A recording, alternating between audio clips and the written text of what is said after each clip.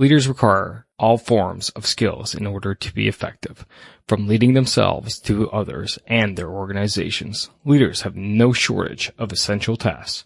However, there are some skills which set leaders apart from the rest, the leader wolf from the pack, so to speak. Today, I go solo and discuss topics such as the 5 essential leadership skills: self-improvement, communication, delegation, motivation, and visionary. Ladies and gentlemen, welcome to the Moving Forward Leadership Podcast, episode 85, Leadership Skills of Effective Leaders.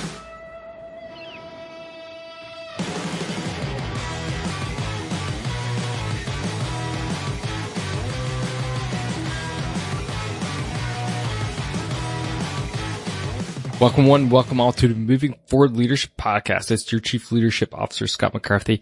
And you know what? It's great to have you here. Great to have you back. Great to have you listening for the first time.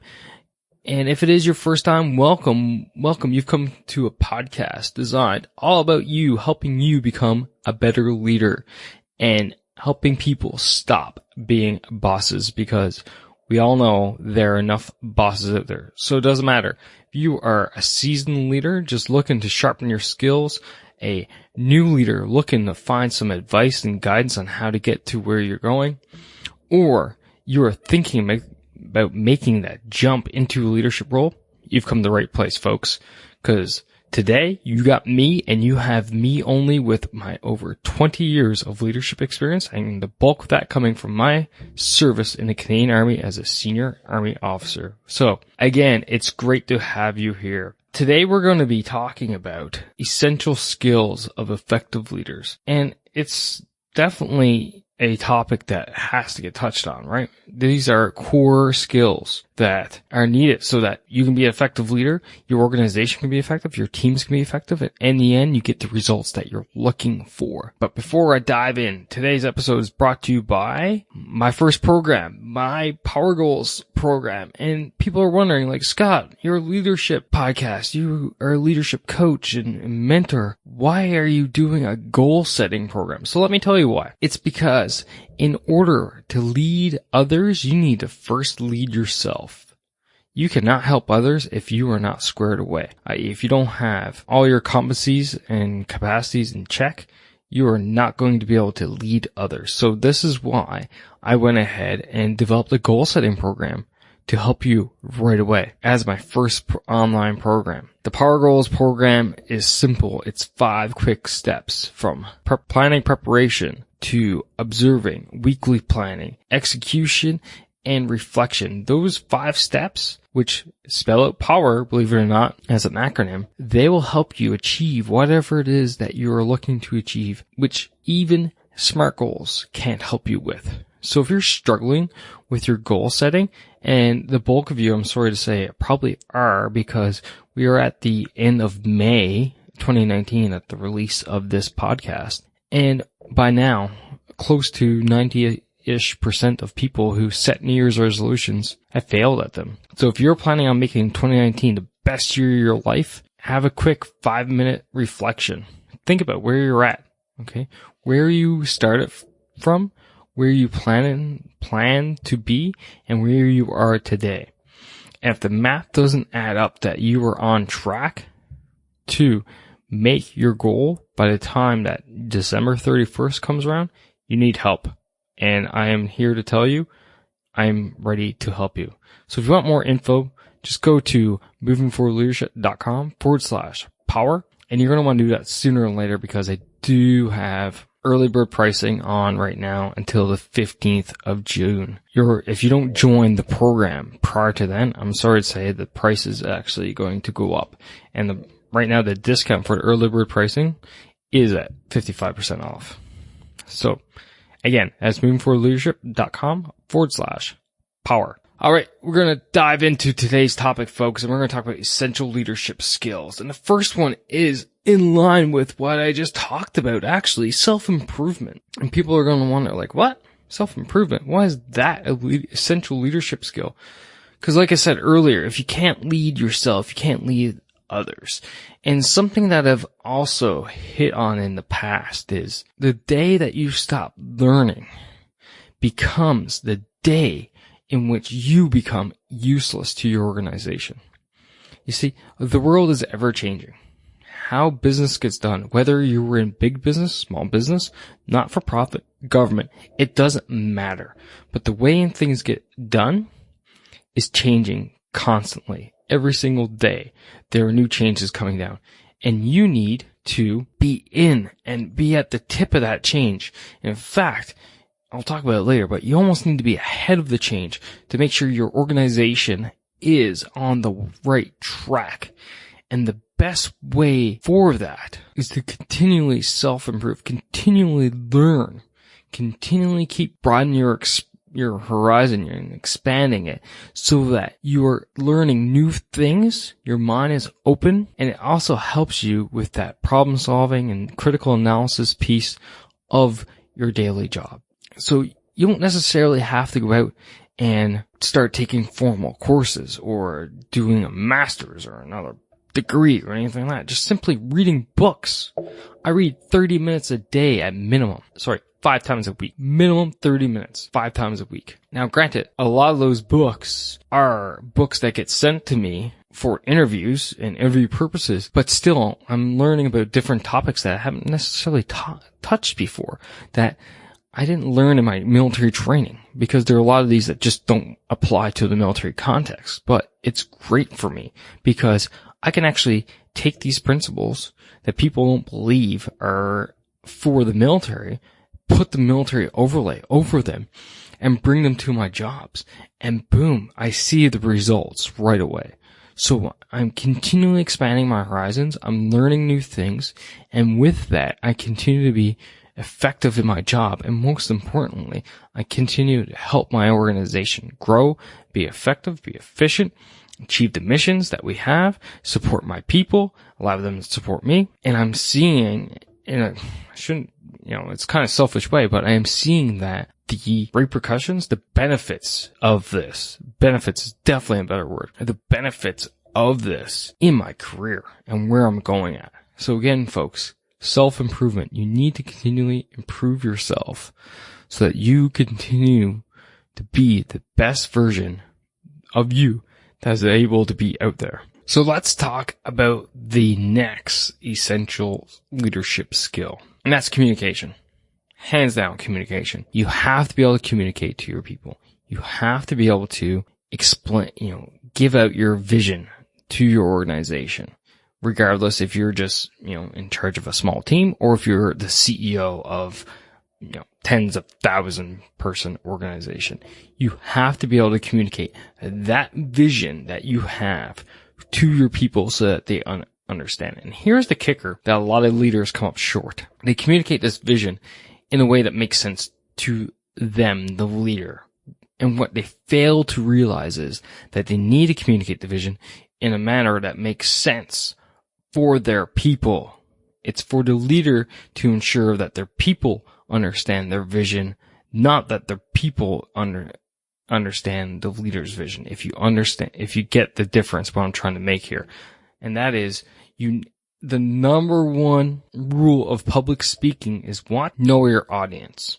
And I would say, talk to your audience in the manner in which they understand. So if you're not communicating your vision to your people in a manner in which they will understand, you will fall short 100% of the time. You have to communicate in a manner in which they will understand. And I see it often with leaders that they fall short in this area.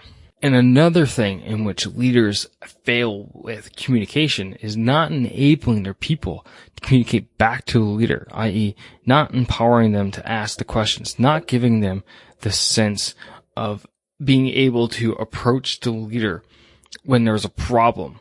And right now, what you need to do is stop and ask yourself, am I being told the ground truth, or am I being told what people think I want to hear? Okay? Am I being told the truth, or am I being told what people think I want to hear? The truth is what's going to enable you to lead your organization. Being told what you want to hear is going to send that plane in a nosedive in the future. Why? Because basically what's happening is your people don't feel safe enough come to you with the truth because they're scared of your reaction. You have to enable your folks to give you bad news. You cannot blame them every single thing because 99% of the time, it's not even their fault. So they have to be in an organization, in an environment, which is, I hate to use the word safe, but I really don't have another word for it. But anyway, in a manner which they feel able, empowered to come to you, inform you of the bad news so that you can be prepared. You can provide guidance and you can allocate resources. You can do whatever is necessary to get past whatever that problem is and move forward. So communication has to go both ways. You have to communicate in a manner in which they understand, and you also have to empower people to come to you and communicate with you, not telling you what they think you want to hear, but the reality is telling you what you actually do need to hear. Make sense? I would think so.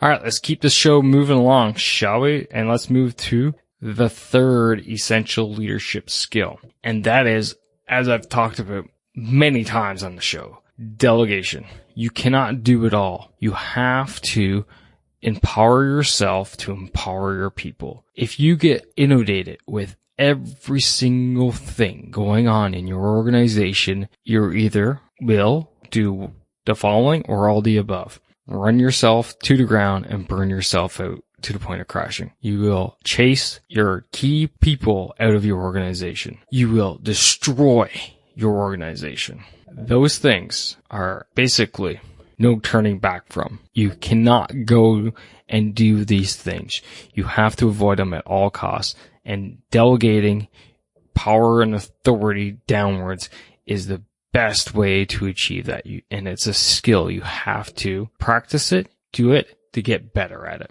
And so how do you effectively delegate? And here's just a quick overview on delegation. First off, you have to ask yourself, what is it that I have to do? What is it I absolutely must have to do? Whether that's you're the only one with the authority through legal or higher level of policy, you're the only one who has the ability, i.e. the resources to do that task, and we'll go back to that. If it's a problem which touches your organization at a strategic level, then you have to do it. These are just a few examples. What you need to figure out is what is it that you have to do and what can you let go? And the letting go part is hard, especially for all you entrepreneurs out there listening. And I know there are a ton of you out there. It is the most difficult thing entrepreneurs can do. And one of the people I've been coaching lately is an entrepreneur. And I'll tell you, he is now feeling the effects of delegation, and is such a liberating thing and so glorious to see him as he begins to more effectively delegate out the tasks that need to get done so he can focus in on the strategic level things that need to get done within his organization. And I'm seeing immediate results and basically this organization flourishing. And it's all, I can tell you, it's all because of his effective delegation. Because I've been following this organization before I was coaching him. And now the difference that has been made, it's night and day. It truly is.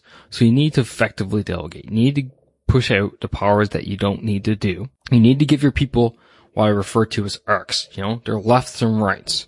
What they can do, what they can't do, what they need to come see you about. You need to give them that. You need to enable them, back to the communication, to come see you when they have questions, when they need clarification, when you need to get updated on things, and to make sure and empower them so that they don't come to you with what they think you want to hear, right?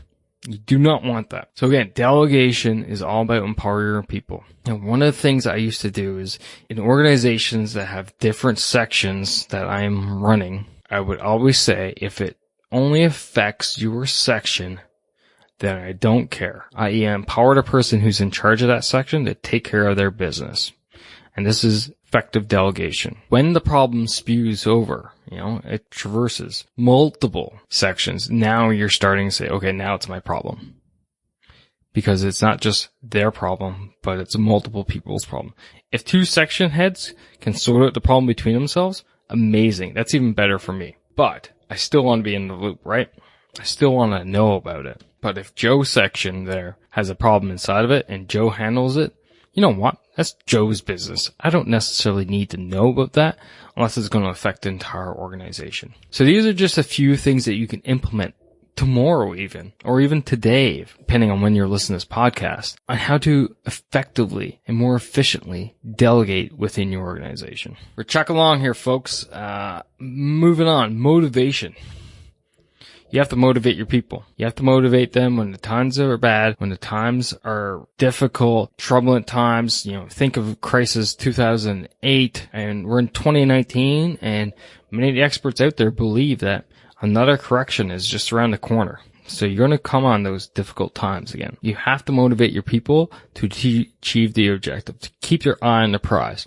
And that is one of the best ways to do that is by focusing in on the wins. It doesn't matter what type of win it is, just focus in on the wins. Forget about that sandwich technique. That does not motivate people. That does not correct people. That's just a pile of junk. It should get eaten and forgotten about. Okay? The sandwich technique is garbage. Focus on people's wins, highlight the successes, use that, compound on that, so people get motivated. Another great way to motivate people on an individual level is by ensuring that they understand where their job and task fits in with the greater organization's mission, successes. Because a lot of people just go, oh, I'm just a salesperson, or I'm just the janitor. And I love this example. Let's use the janitor of a restaurant. Think about the worst restaurant you've ever been in. And most times, people will think of 2 reasons why the worst restaurant was, it's the worst one they've ever been in. It's either because the food was absolute garbage or the cleanliness of the place was atrocious. You walk into the bathroom, it looks like one of the movies Saw was filmed in that bathroom. And personally, I've experienced the latter. And it immediately ends up going as a exit left right away. So the janitor is absolutely crucial because they ensure the cleanliness of the bathrooms, and bathrooms are crucial bringing customers in, believe it or not. Why? Because if people see an unclean bathroom in a restaurant, they wonder what the kitchen is like. If people are wondering about what the kitchen is like, they're wondering about their food quality. And if they question the food quality of a restaurant, guess what? They're not going to eat there, are they? So that's the reason why the janitor of a restaurant is absolutely crucial. But most of the janitors, they wouldn't understand that. They wouldn't actually see it at that level, that they are responsible for the operational success of that restaurant, simply by ensuring the washrooms are clean. So you have to look at it from that context and inspire your people, motivate them, and show them where they fit in and how they're achieving that success for the organization. And I guarantee you, it will motivate them. It will keep them motivated, and they will love it.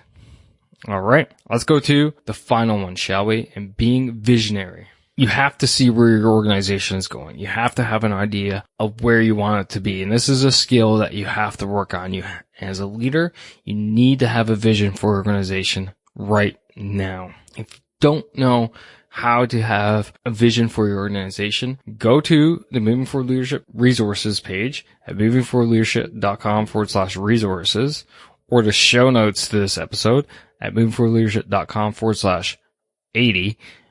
And grab a copy of General Retired Rick Hillier's book, Leadership. And in there, General Hillier goes deep into vision and the power of vision, the importance of vision, how to develop a great vision for your organization. Why? Because it's so crucial. And General Rick Hillier was a transformational leader here within the Canadian Forces, and he made some great changes to the organization to set it up for success, to get us through those 14 years of conflict in Afghanistan.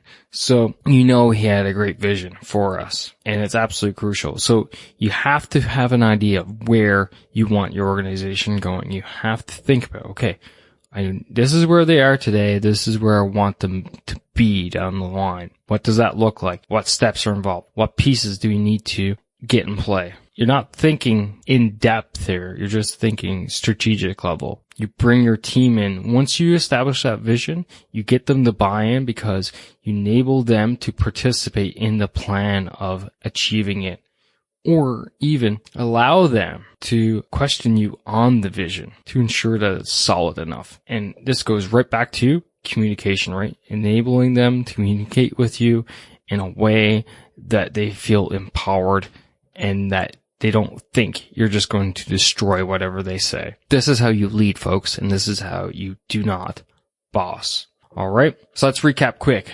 The 5 leadership skills. Self-improvement. Keep always learning. Communication, both out and communication in. Delegate. Get rid of what you do not have to do. Motivate your people. And, enable them to understand where they fit into the greater picture. And visionary. Have an idea of where your organization is going and get your people to buy into it by bringing them into it. Before I wrap up today, I just want to do a big shout out to you, the listener.